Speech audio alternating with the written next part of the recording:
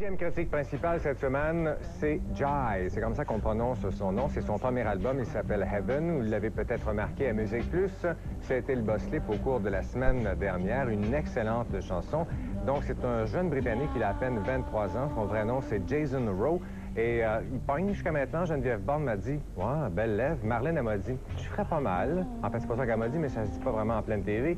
Et la première chose qui frappe, la première fois que j'ai vu le vidéo, tu le vois approcher du micro, et c'est sa voix. C'est un style, il chante, il a une voix haute quand même, c'est un style qu'on appelle falsetto, et il a une voix qui me rappelle un petit peu celle de Mick Hucknall, qui est le chanteur de Simply Red. Terry Hall, qui est moins connu ici, mais qui est comme une star quand même assez connue en Angleterre, c'était le chanteur des Specials, de Fun Boy Tree également.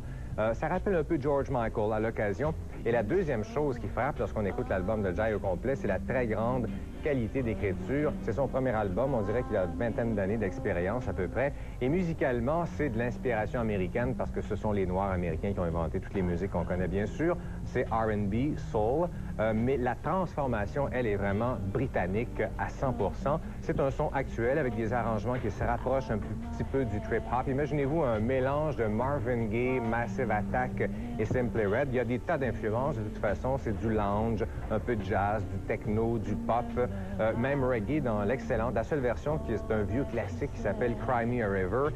Et c'est arrangé de façon reggae, trip-hop. C'est vraiment très, très bon.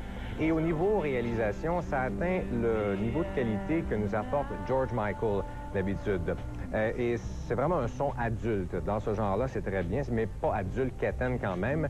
Et je sais pas comment ça se fait. En Angleterre, ça pogne pas en tout. Et ici, en Amérique, il récolte de très bonnes critiques. Comme cote, moi, je donne un 8 sur 10. Si vous aimez la musique, un feu de foyer avec votre blonde ou votre chien, je sais pas, je vous conseille. Et c'est très haut en sensualité.